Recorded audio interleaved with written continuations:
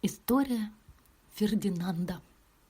Жил когда-то в Испании молодой бычок Фердинанд. Другие телята вечно бегали, прыгали и бодались, а Фердинанд нет.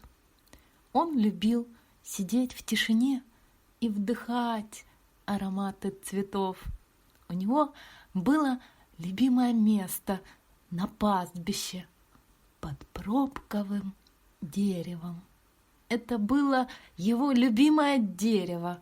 Он мог сидеть в его тени целый день напролет, вдыхая ароматы цветов. Иногда его мама-корова начинала волноваться. Она волновалась, не одиноко ли ему. «Почему ты не бегаешь и не играешь с остальными телятами? Не скачешь и не бодаешься?» — спрашивала она. Но Фердинанд только головой качал. «Мне больше нравится здесь. Я люблю сидеть в тишине и вдыхать ароматы цветов». И мама успокоилась.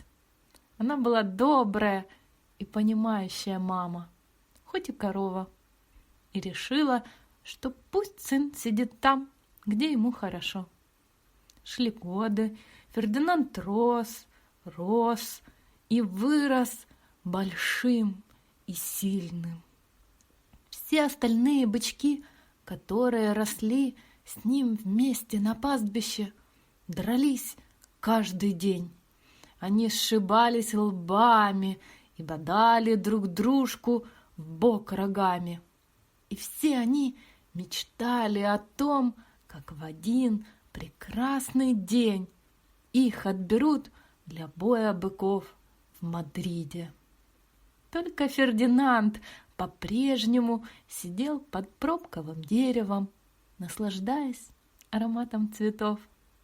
И вот однажды 5 мужчин в забавных шляпах пришли, чтобы выбрать самого большого, самого быстрого и самого свирепого быка для боя быков в Мадриде.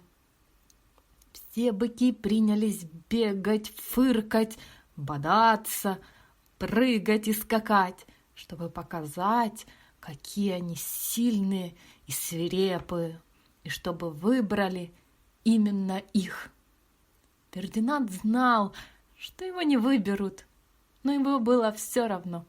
Он пошел к своему любимому пробковому дереву и уселся под ним. Да только не посмотрел, куда садиться, и вместо того, чтобы сесть в тенечке на прохладную нежную траву, сел на пчелу. Если бы вы были пчелой и на вас уселся бык, что бы вы сделали? Вы бы наверняка его ужалили. Вот и пчела ужалила Фердинанда. Ой, как больно! Фердинанд подскочил, да как заревет, а потом помчался прочь, фыркая и сопя, подпрыгивая и взрывая землю рогами, словно в него бес вселился. Когда 5 мужчин увидели Фердинанда, они закричали от радости. Вот он, самый свирепый и самый большой бык. Именно такой нужен в Мадриде. Они посадили Фердинанда на повозку и повезли в Мадрид, торопясь поспеть ко дню боя быков. Какой день! Развивались флаги, играли оркестры, и у всех красавиц в волосах были цветы. Торжественное шествие направилось к арене, где должен был состояться бой быков.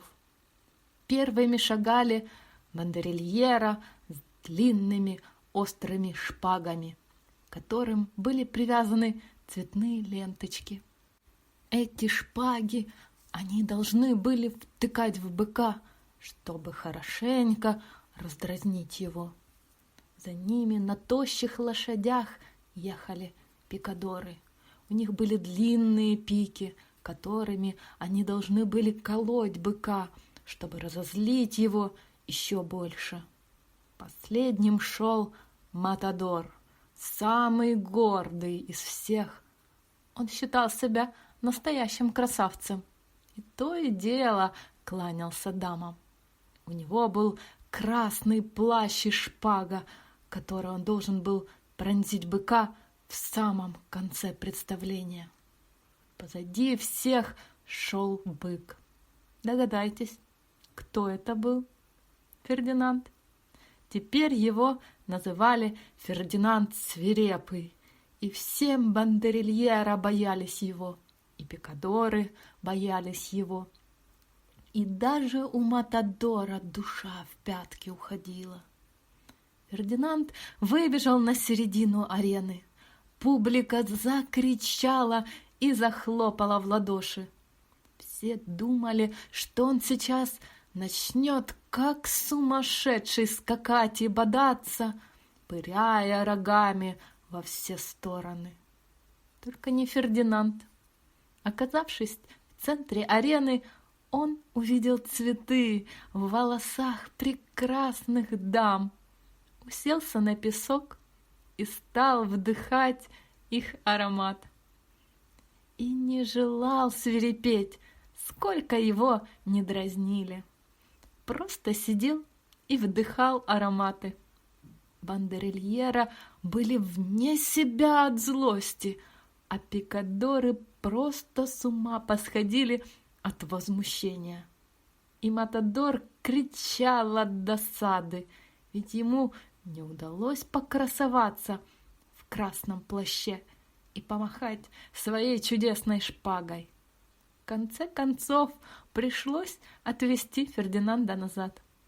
Насколько мне известно, он по-прежнему сидит под своим любимым пробковым деревом, наслаждаясь ароматами цветов. И он счастлив.